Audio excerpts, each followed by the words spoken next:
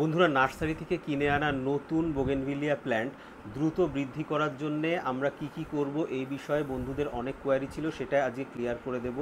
প্রথমেই বলি, নার্সারি থেকে কিনে আনা গাছের জন্যে আমরা ফার্স্টে অ্যান্টিফাঙ্গাল হিসাবে যে কোনো একটা সিস্টেমিক বা কন্ট্যাক্ট যে কোনো ফাঙ্গিসাইড রাখতে পারি এবং তার সাথে ইপসাম সল্ট বা ম্যাগনেসিয়াম সালফেট 2 গ্রাম রাখবো সর্বোচ্চ। এবং অ্যান্টিফাঙ্গালের ডোজ যা আছে জেনারেলি যা দিয়ে থাকি আমরা তাই রাখবো, 1 থেকে 2 গ্রাম পার লিটার। এবং আমরা এনপিকে 12-61-0 ব্যবহার করব, কারণ এটা রুট ডেভেলপমেন্ট এবং সার্বিকভাবে গাছের স্ট্রেন্থিংয়ে সাহায্য করে। বিশেষ করে গাছ অনেক মজবুত হয়ে ওঠে এবং গাছের কডেক্সটা সুন্দরভাবে গ্রো করে এবং এর পরে অন্যান্য ফার্টিলাইজার আমরা ব্যবহার করতে পারি। সেজন্যে আমি এই সমস্ত উপাদান এই বোতলে ঢেলে নিলাম।